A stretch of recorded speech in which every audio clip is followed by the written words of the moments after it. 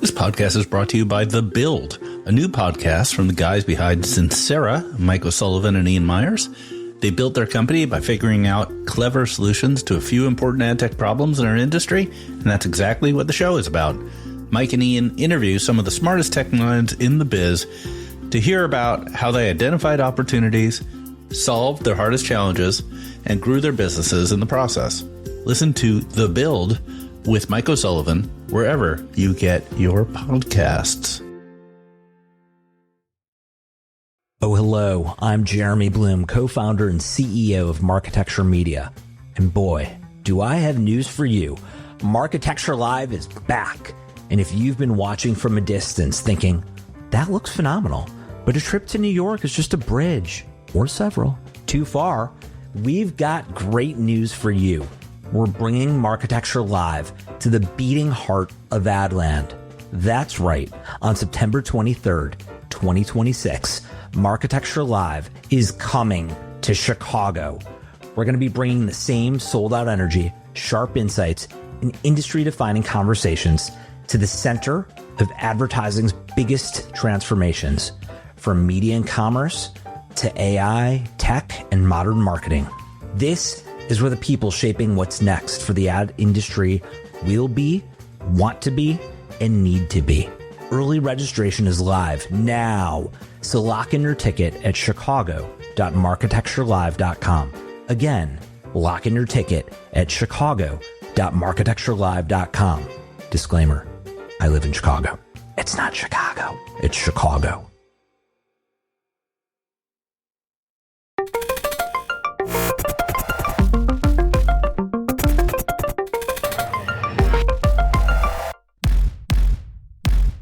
Welcome to the Monopoly Report. The Monopoly Report is dedicated to analyzing the big issues impacting the global advertising economy. I'm Alan Chapell, outside counsel and fractional chief privacy officer to a bunch of tech companies, and am the principal analyst at the Chapell Regulatory Insider, which is a monthly report that focuses on privacy, antitrust, and other regulations impacting digital media worldwide. You can find a link to a sample copy of the Chapell Regulatory Insider in the show notes. A few episodes back, I sat down with Don Marty, who's a friend of the pod, as they say. Don argued that a standards effort inside the W3C, something called the Attribution API, might end up doing more harm to real-world privacy than the tracking it's supposed to replace. He characterized the companies behind this initiative as the attribution cartel. Apple, Google, Meta, and Mozilla, all sitting at the same table, all agreeing that this particular kind of measurement shouldn't require your consent. Now, that's a provocative framing for sure, and one that, admittedly, I'm sympathetic to. But also, my instinct is to go find someone who's coming at this from a different perspective and hear what they have to say. And today, that's exactly what we're doing. My guest is Martin Thomson from Mozilla. Martin is a distinguished engineer at Mozilla who works on the development of technical privacy and security in browsers. His background is networking protocols. He is a major contributor to the design of protocols like HTTP2, Quick, and Oblivious HTTP, which are used by billions of people daily. Most relevant to this show is Martin's work as a founding member of the private advertising technology group at the W3C, who have recently put out their Attribution API spec for public review. I'll leave a link to that in the show notes as well. And here's why I wanted him specifically. Martin comes at advertising from the security and privacy side, not the ad tech side. So when he defends this proposal, he's not necessarily defending a revenue stream. I started off our discussion with the joke about the ad space and how it's a place where really smart engineers often go to die, as I think the folks at Google learned in connection with the Privacy Sandbox. You can throw a bunch of smart engineers at a problem in the ad space, but if they don't really understand how the advertising business works, they'll have a tough go of things. So there are certainly pros and cons to an ad specification created, mostly by people whose main focus lay outside of advertising. A quick word of warning before we start. Martin knows the specification cold, and I do not. I am a regulatory lawyer. So a few times in this conversation, you'll hear me slow him down and ask him to say something again in plain English. That's on purpose. If I'm confused, I figure a bunch of you are too. And the whole point of this show is to drag these debates out into the daylight. We covered a lot. The privacy case for building attribution into the browser, whether differential privacy actually maps to anything a normal human being would call privacy, the fraud problem the spec openly admits it hasn't solved, and what it means when the people writing the rules of the road are also the biggest cars on it. So let's get to it. Martin Thomson of Mozilla on the W3C Attribution API. Hey, Martin, how are you? Thanks for coming on the pod. Great to see you, Alan. It's happy to be here. Well, good. And where's my audience finding you today? So I'm in Sydney, Australia, enjoying a wonderful, cloudy and kind of grey day. That's every other time I've talked to somebody who's been in Sydney, they talk like it is like a Disneyland. It's just this beautiful paradise, and it's like that, like Bluey. That's what I feel like. But I feel like your tone is like you're a little sad. Is it middle of winter? It's the middle of winter, but you live in New York City. The middle of winter in New York City and the middle of winter in Sydney are very, very different things. How so? I mean, we have wonderful days of blue skies and sun and 70 degrees Fahrenheit. Oh my goodness. So you're getting 70 degrees Fahrenheit? Yeah. We get 70 degrees Fahrenheit for literally 2 days in April and 2 days in October. And then that's it. It's either a lot hotter or a lot colder. Yeah. No, it is usually much nicer here than it is today. But well, fantastic. I want to talk a little bit about the W3C's Private Advertising Technology Working Group. But first, what's your role at Mozilla? So my primary responsibility is forward-looking planning and new technology things and the development of standards and all of the things that go around that. And so I started out doing some WebRTC things. I worked on TLS and HTTP and led the work on Quick and that sort of thing. Those things sort of all center around the one thing that my area is primarily, which is sort of privacy and security and the way in which those things are evolving and being forward-looking about those things. And so when the opportunity came up to work with advertising, that seemed like something of a very interesting challenge. And so I've been working on that as sort of part of that general portfolio for a number of years now. It's been a very, very interesting ride, I'll have to say. You were certainly brave not to have a pun in there somewhere, but advertising is the place where really smart technical people go to die often. For my listeners who haven't followed the W3C's Private Advertising Technology Working Group, give us the elevator pitch explanation for the Attribution API. Like, what problem is it trying to solve in terms of attribution of digital media? And, what are you guys trying to do there? Yeah, so if you look at the way that attribution is done today, it's something of a self-service approach. If you're an advertising business, you look at the tools available to you, and largely they have just taken what they need from what's available. So that was third-party cookies, that is all of the various tracking mechanisms of fingerprinting and whatnot. And we look at that, and from the browser perspective, we think, this is all terrible. The privacy characteristics of this are awful. There's no end user involvement in this one. And what's interesting is the browser is in something of a unique position here to really help with measurement generally.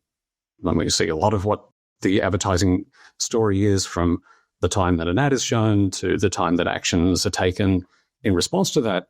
And we could, in many ways, help, but there's this fundamental tension with those privacy questions that we're talking about. And so rather than looking at this from this sort of loss-loss scenario where you can lose on privacy or lose on the quality of the measurement, we thought maybe it's time to take a step back and think about exactly how the browser can contribute without necessarily sacrificing all of those privacy things. And really, attribution is browser saying, we can help and we're willing to do so, but these are the terms under which we think that help needs to be conditioned on. And so that means having strong safeguards. That means that sites can't just take, here's your browsing history or something like that, which is what the classical third-party cookie-based tracking tends to sort of end up with, is if you want really effective measurement, you effectively get everything that someone does online.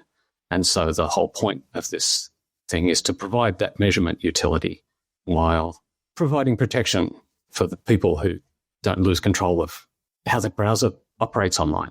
Right. So the overriding goal here is to protect privacy. And I'd love to dig down a little bit more into what you mean by that, because I sort of get it's a bad idea for everyone's browser history to be out there in its entirety anyway. But I'm curious, is it more than that? Really, at the very highest level, and for most intents, that's really just it. I mean, one of the things that we try to preserve as much as possible on the browser side of things is that your interactions with each website are between you and that website. And it shouldn't really be possible for some other website to know what you're doing on another website. So my business with Google is my business with Google, and my business with you is my business with you. And those two things are separate contexts, and would try to maintain as much as possible the separation between those things. I think we call it contextual integrity in the sort of privacy speech. Right. But you mentioned your business with Google, and the reality is that at the end of the day, they have all of this information. And so if they have it and others do not, at what point does that then become a competition issue? And I'm not looking for a legal analysis. I mean, it's sort of a, fair is fair analysis. Yeah. And this is what we're getting into. One of the fundamental tensions that we have in this area is that we have these dominant players in this market that have so much power and so much access. And even just by virtue of the size of Google's properties, they have access to vastly more information than any other actor in the system. And it's made worse by the fact that they also have this enormous advertising apparatus that's associated with all that. And they do, as much as possible, try to collect all this information. And we consider this to be a terrible thing, ultimately, because what you and Google have between you that's fine. But when it extends out into the entire rest of the web, that is as much of a problem as any of these other things, and possibly the biggest part of the problem that we see in the advertising industry. Fundamentally, though, we understand that also leads to some very interesting competition questions for other actors in the space. So I would agree. I would agree with all of that. I also want to raise another tension, which is around transparency and trust. So by virtue of how these things work, aren't they a little black box? So in other words, I'm trusting that Mozilla's numbers are going to have some baseline level of accuracy. And, how do I audit that? You audit that in the same way that we allow our users to audit the system. So stepping back a little bit from this one, our primary motivation here is not these becoming Mozilla's numbers. Absolutely the advertiser's numbers, or whoever's asking for the information, it's their numbers. But when it comes to things like people's browsing history and their online activity, that's not our information. That's our users' information. And we very strictly keep those two things separate. And to a large extent, our responsibility is to our users.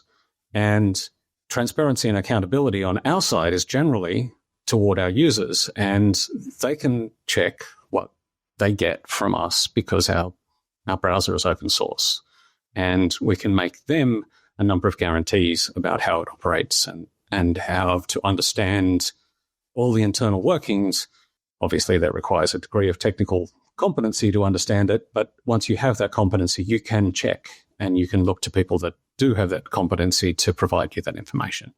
And the same thing applies to this system. The entire arrangement is such that the advertiser who's looking to gain this measurement information does so understanding the system and can trust through various measures, like looking at the source code, looking at the protocols, looking at how everything fits together, and trust that the results that they get reflect how they've used the system, not someone in there tweaking the numbers to game the system and make something that is effectively untrustworthy. Right.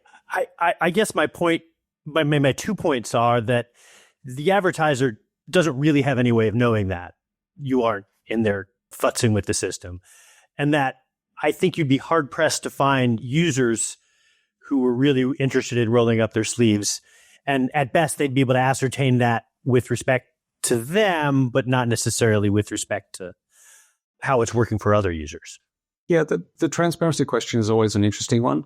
I think this is where the role of academics and journalists really does play a major role, because these systems are complicated, and spending the time to understand how everything fits together is something that does require a bit of time. But trusted individuals such as yourself can dig in, ask the hard questions, and do the research and determine whether or not something like this works. I mean, we've spent a lot of time on all these other systems, and academic researchers have been a very useful resource in terms of checking our claims, making sure that the systems operate as intended. And we see that in practice in a lot of other areas, and expect that to be the same here. We've had some academic analysis of the work that we've done, and you will have seen some academic analysis of for instance, the Google Privacy Sandbox stuff while that was still operating. The academics were actively looking at that and checking the claims and testing them out and pointing out where maybe they're not all exactly as it was being promised, you know? I think that might be an understatement, but I'm curious. It seems like this initiative within the W3C is sort of the successor to what they were trying to do with the Privacy Sandbox. Is that kind of a valid way of looking at it? I think what you probably need to think of is Privacy Sandbox was many, many things. Yeah, fair enough. And was aiming to do a great many things. And very little of that survived, which I'm mostly very happy with. And this is one of the few surviving pieces of that. And the reason that it survived is that it managed to get pretty wide support across the different browsers. One of the sort of hallmarks of Privacy Sandbox was that most of the stuff in there was stuff that no one other than Google was at all interested in. And we all understand their motivations, good and bad, but ultimately it failed. And I think Google would be willing to admit that. But there were parts of it that were worth salvaging. And generally, we think that attribution was one of the rare pieces that sort of worked. And to a large extent, the design in attribution, as it's being proposed today, is just a refinement of the aggregated version of the attribution reporting API that Google uses. Very different tuning, so fundamentally different in many ways, but the bones of it are essentially the same. I want to go into a little bit into consumer perception. So, differential privacy is one of the headline features, and lots of really cool stuff being created with privacy enhancing technologies. But how is that mapping against user perception? This is a great question. We see the same research, and it is very clear that the mathematical reality of differential privacy and the academic perception of these things as generally being positive, and the public's perception of them are very much on different ends of the scale almost. Right. To a large extent, my sort of thinking on this is a lot of the problem here derives from the ways in which people have used differential privacy to sort of paper over some pretty awful practices ultimately. And you're not really given a lot of visibility into how useful it could be, because it gets used for these things. And this sort of applies to pets more generally, is that the analogy I like using is, why does a footballer wear so much protective gear? It's not to protect him, it's so they can hit the other guys harder. And a lot of these privacy technologies really just exist to sort of protect the business practices that people just find a little bit uncomfortable. Ultimately, there are some really useful applications of differential privacy that just don't get talked about. Like the predictive text on your iPhone is driven by an engine that Apple trains based on how people use their keyboards, and they use differential privacy to feed that system. Maybe that's an okay thing because, predictive text on the phone sucks ultimately, but it's not completely random and it's not completely terrible. And the system would be much worse if Apple wasn't able to sort of tune a system in based on how people genuinely did use the keyboard. So I think the perception of differential privacy is largely driven by how it's being used. And we do see a lot of dodgy practices out there, and we don't hear a lot about the good ones. Yeah, I think I can kind of get pets in an academic setting where if you're a large entity with multiple divisions and you want to be able to have some data sharing from division A to division B, maybe you want something to come from WhatsApp into Instagram, but you really want to be careful there for a whole bunch of reasons. Like that I kind of get. Where I tend to start to bristle is when it gets applied to things that in ecosystems which were distinguished by being interoperable. And on some level, it seems like the pets are foreclosing on that level of interoperability. And even if I trust Mozilla, and I might, you guys have done some really cool stuff, that doesn't necessarily mean I'm going to trust any of the other browser manufacturers, most of whom have very robust competing ads businesses. And so I think that's where I'm sort of struggling with the entire initiative. You used a dangerous word in this space. I had the biggest problem with the use of the word interoperability. So I come from a standards perspective, and in that interoperability is an unvarnished good thing. We all sort of say interoperability is great. We want to be able to help people talk to other people and develop the protocols and what have you. In the ads world, interoperability means something subtly different. And I could probably go on at some length about how that difference really matters. But do you mean it's like a big free-for-all, or is it because it sort of is, and that's a problem, and that's one of the things that I think some of this needs to be reined in. There needs to be a lot more thought amongst the ads community. But it also isn't binary, and my fear is that it's being made binary. Yeah, I think this is one of those cases where the systems for interoperability in the ads world often talk about the sort of free-flowing movement of information about audiences. So ultimately, from our perspective as privacy advocates, we're like, no, that's not your information. That's information that should be under the control of the end user whose the information is about. And interoperability often sort of means making it more possible for that information to flow freely. And that's one of the areas in which we find there's a sort of fundamental tension between those of us who are trying to protect end user privacy and the goals of the advertising ecosystem. And this is a very deep and nuanced discussion that ends up in questions of consent and all of those sorts of other things. And it's probably not something that we can spend too much time on here because there's a lot there. But I agree, but I would love the elevator. Like, why is interoperability in the ad space a bad thing? So it's the thing is it's not, and it's one of those sort of nuanced things. One of the things that people don't like to see is the sort of trade of their information behind their backs, and a lot of interoperability sort of facilitates some of that, and that's the sort of uncomfortable, bad aspect of it. At the same time, a lot of these systems exist, and the interoperability between ad systems exist to foster a healthy environment where competitors can cooperate under terms that they control and make a healthy system that doesn't have, for instance, large dominant players that take all the money and suck the air out of the room. Those sorts of things, that's good and bad. So it's very nuanced, and I think that's a difficult conversation to have. I guess where I'm coming from is if the difference or the distinctions we're drawing here is that if I get the data unfettered, I'm spying on someone, and if my friend Bill gets the data but runs it through a pet, he is not. I think that's fundamentally why people don't trust pets, is because they're used to justify abuses. Because in your case, you're getting data about people, and maybe you do it with their full knowledge and awareness of what's going on, and you do it the right way.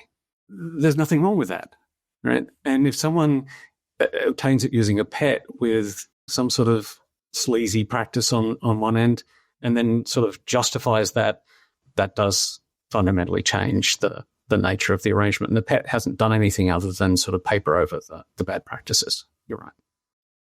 This episode is brought to you by Accenture. When your advertising operations fall out of sync, everything else follows.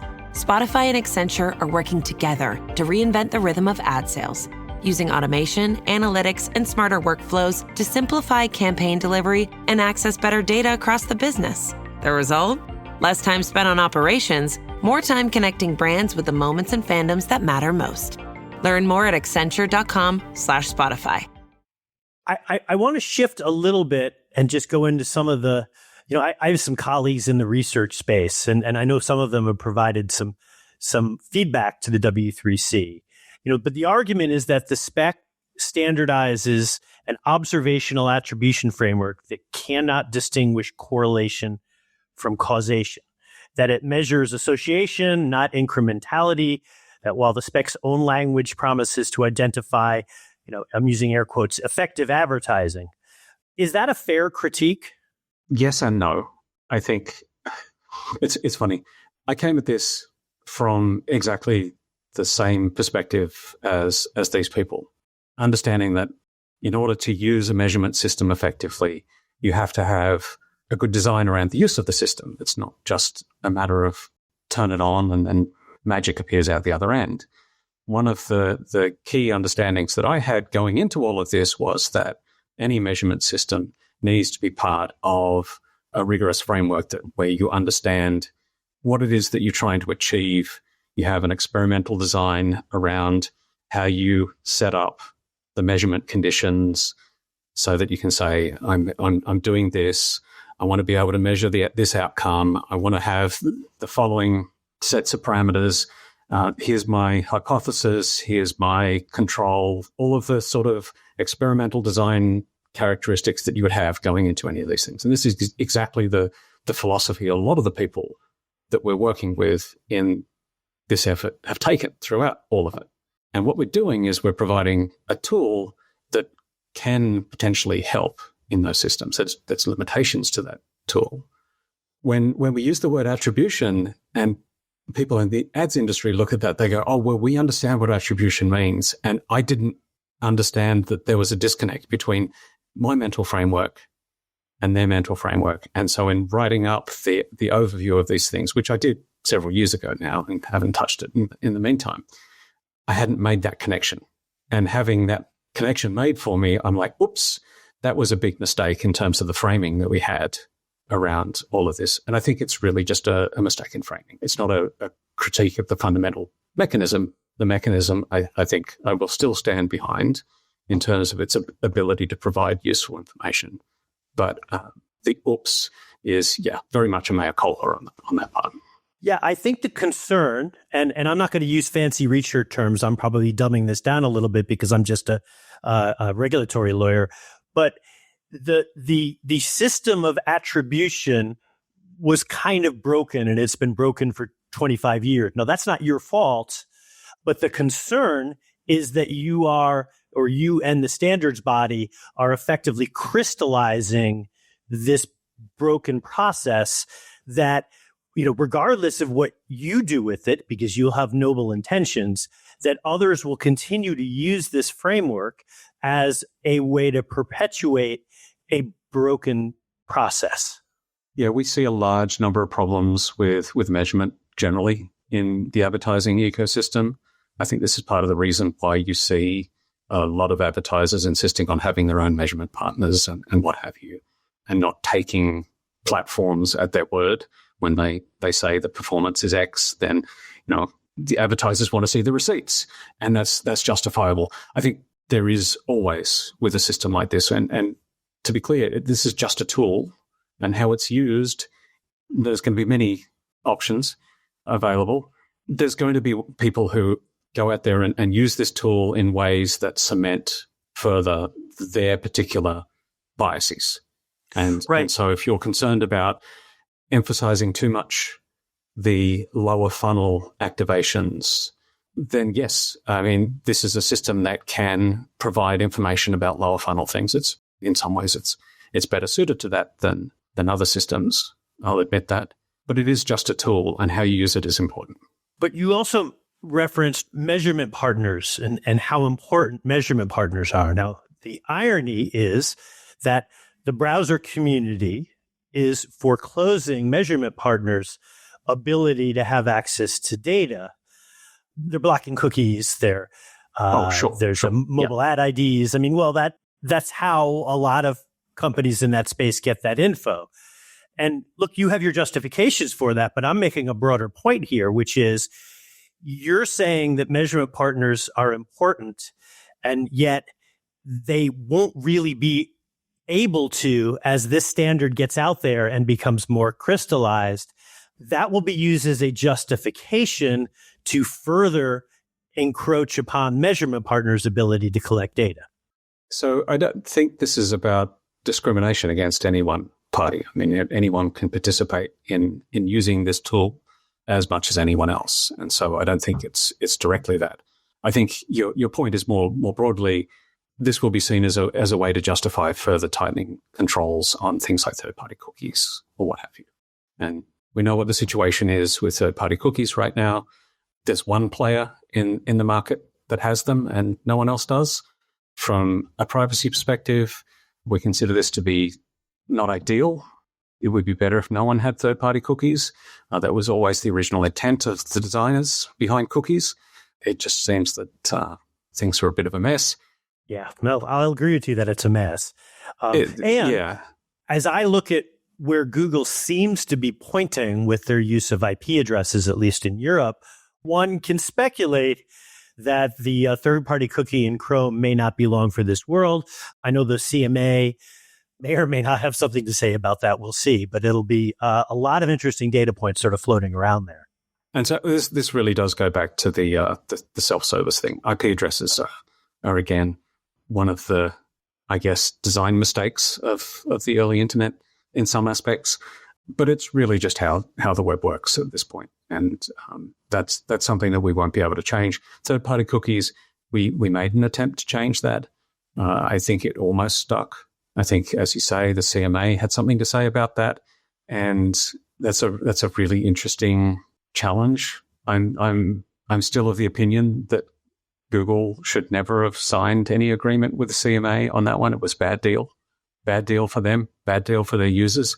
But I disagree, but probably for different reasons than you think. I think that allowed Google to spin the wheels of everybody for 3 to 5 years, and so signing that deal, I think, was probably a net positive for Google. Ooh, we can debate that. That's a great take. I'm not sure that I agreed, but because that did a vast amount of damage to Google, ultimately, in my opinion. But how so? I think Google sunk a vast amount of money into that project. They had high hopes that they would be able to do something about cookies and improve the privacy of their users online in a meaningful way. Unlike you, I don't think that the measurement partners have a natural right to the information that they're collecting. And Google was obviously of the same view. And they spent 5 years, wasted a whole lot of money, and don't have a great deal to show of it.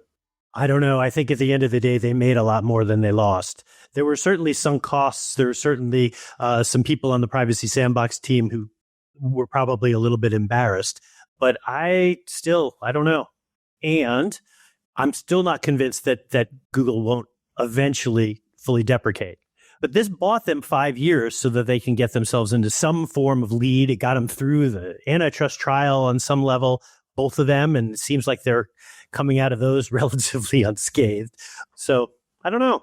Difficult problem. We'll see. We'll have you on in about 2 years, and we'll both one of us, probably me, we'll eat some crow. We'll see.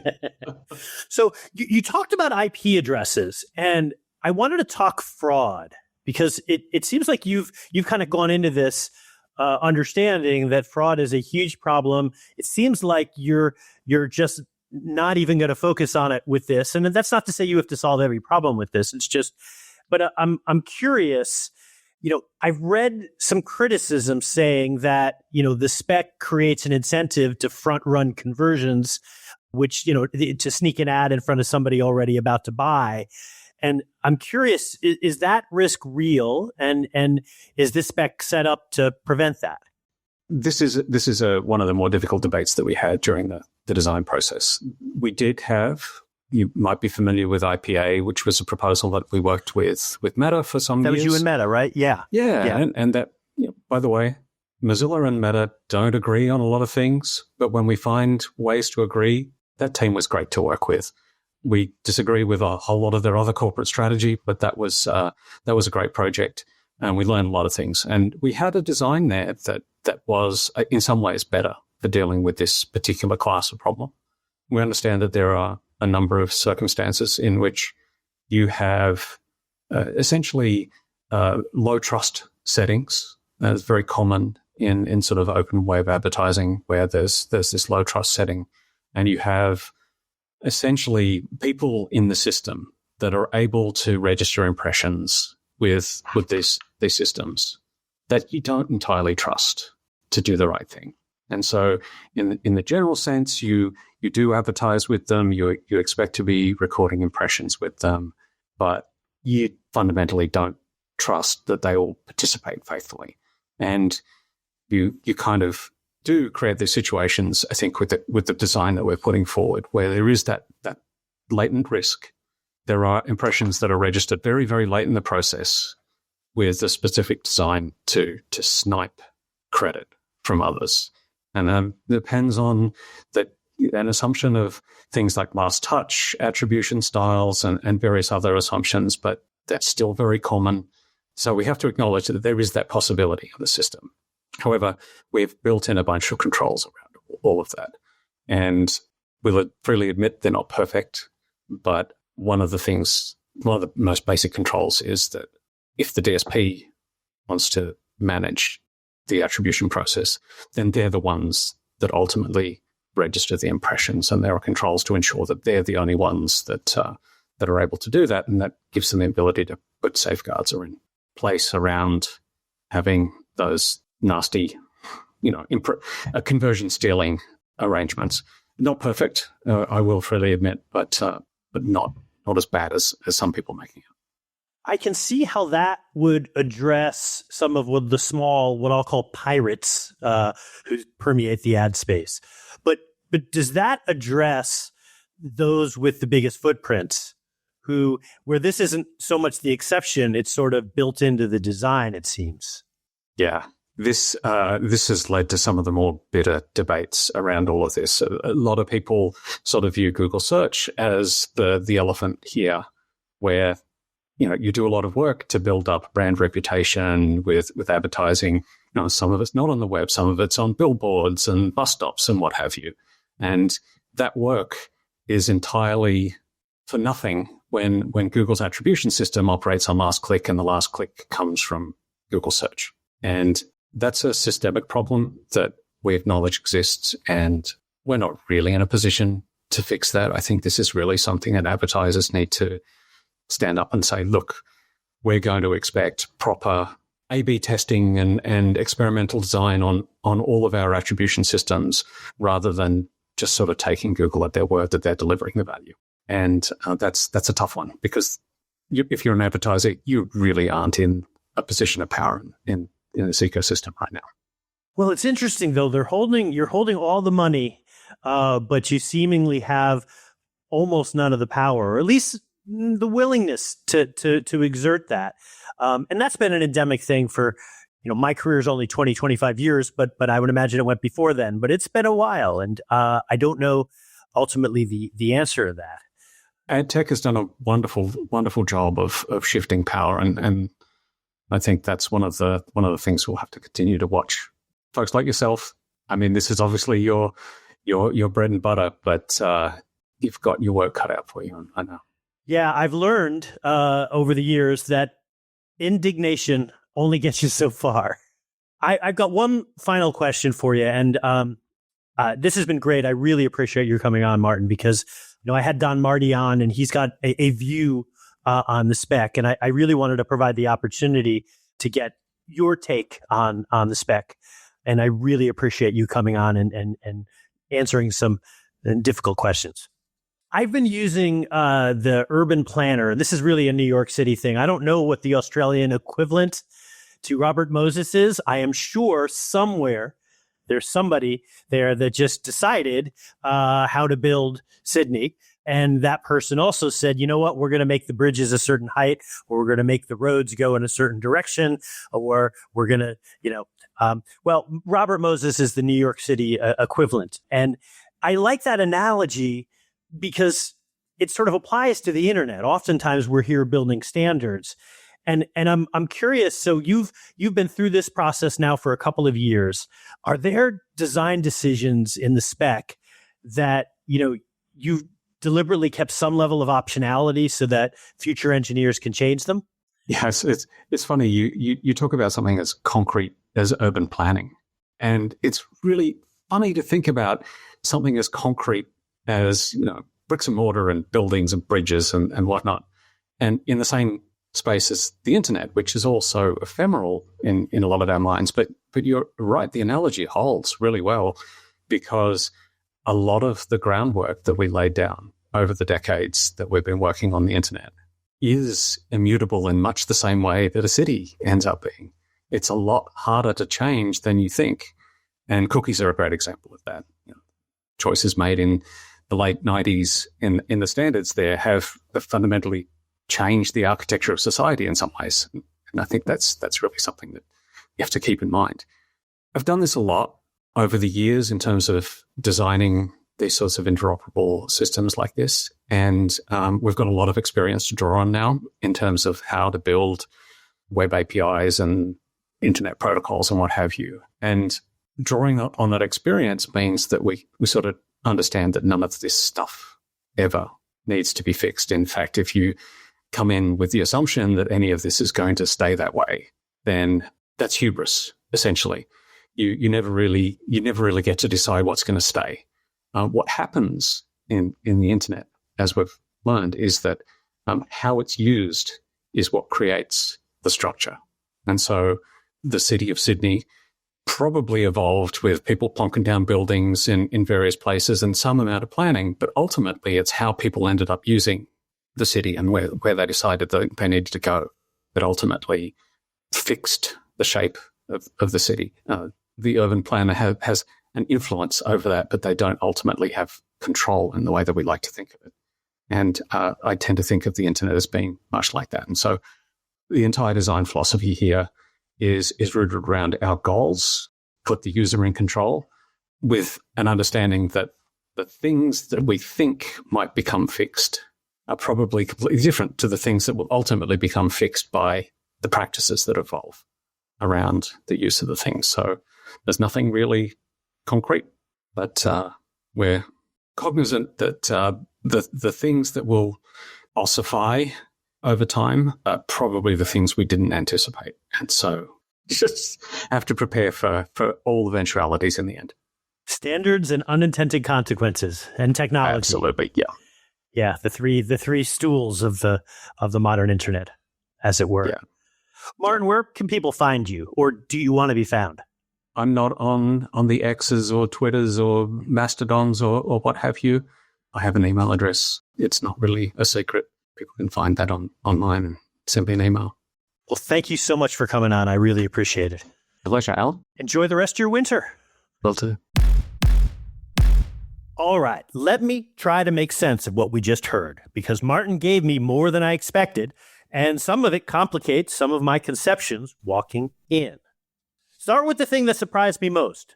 When I put the researcher's critique to him, the argument that this spec crystallizes an attribution model that can't tell correlation from causation, Martin didn't fight it. He said, oops. He admitted that when he wrote the overview years ago, he didn't understand that the word attribution means something different to an ad tech person than it does to an engineer. He called it a mistake in framing. Now, that's a rare thing to hear from anyone defending their own work in public, and I want to give him credit for it because it tells you something about how Martin operates. But I also want to be clear about what that admission does and doesn't fix. Martin's view is that the mechanism is sound. It's just a tool, and how you use it is up to you. Well, fair enough. But my concern is a bit different, and it's nuanced. My worry is the one I raised near the end of our discussion. Attribution in digital media has been broken for 25 years. That's not Martin's fault. But when a neutral sounding standards body puts its stamp on a broken process, that stamp gets used. It becomes the thing everybody points to. And the noble intentions of the person who built the tool does not necessarily travel with the tool once it's out there in the wild being used. The second thing worth flagging is the fraud conversation. To his credit, Martin didn't dodge it. He acknowledged the front-running risk, the idea that a bad actor can snipe attribution credit by sneaking an impression in front of someone who's already about to buy. He pointed to controls in the spec, mainly letting the DSP be the one who registers impressions. And then he said the quiet part out loud. Those controls don't touch the elephant. The elephant being Google search running last click attribution and vacuum up credit for demand that other people built. Martin's answer? That's not something the spec can fix. And that's something that advertisers have to fix by demanding real experimental design. And that's true. But also, as we both admitted, advertisers often hold all the money, yet they exercise almost none of the power in these types of discussions. So I'm not sure where we go with that. The tension ran through the whole conversation. Martin and I actually agree on a large part of the diagnosis. The concentration of data inside a handful of dominant platforms is the real problem. Where we part ways is on the cure. He sees privacy-enhancing technology as a way to let the browser help with measurement without handing over your entire browser history. I keep coming back to the harder question. When you build these tools into an ecosystem that used to be interoperable, are you actually protecting people, or are you just deciding which giant gets to hold the data? And I'll give Martin the best line of the day on that. He said, a lot of people don't trust pets because they've watched pets get used to paper over practices that make everyone uncomfortable. His football analogy, that the padding isn't there to protect you, it's there so you can hit the other guy harder. Very pithy, and a rather honest thing for a privacy engineer to say about his own field. It's also exactly why the consumer research shows people don't feel protected by this math. And where I landed is roughly where I started, but with more respect for the difficulty. This is genuinely hard. Martin's certainly not a villain, and Don's not wrong to worry. Both things can be true. The Robert Moses point is the one I'll leave you with. We build this infrastructure thinking we know what will last, and Martin's own answer was the wisest thing he said. You never get to decide what stays. The city gets shaped by how people use it, not by the planner's drawing. But here's the thing. That statement may have been true during a previous era, but it is significantly less true today. The design choices being made are increasingly foreclosing on how the internet works. So the real question isn't whether this spec is perfect. It's whether we've left ourselves enough room to change it when we discover 5 years from now that the thing we cemented wasn't the thing we should have. Okay, well, that's the show. We have a bunch of other fantastic guests coming up on the Monopoly Report podcast over the next few weeks. Please subscribe to the show at monopoly-report.com or on Spotify, Apple, YouTube, or wherever you listen to your podcasts. And thanks for listening.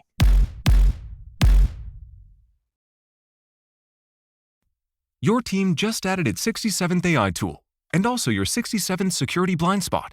The good news? The Vanta agent works like a GRC engineer in the background, finding every app your team uses, scoring the risk, and drafting fixes for you.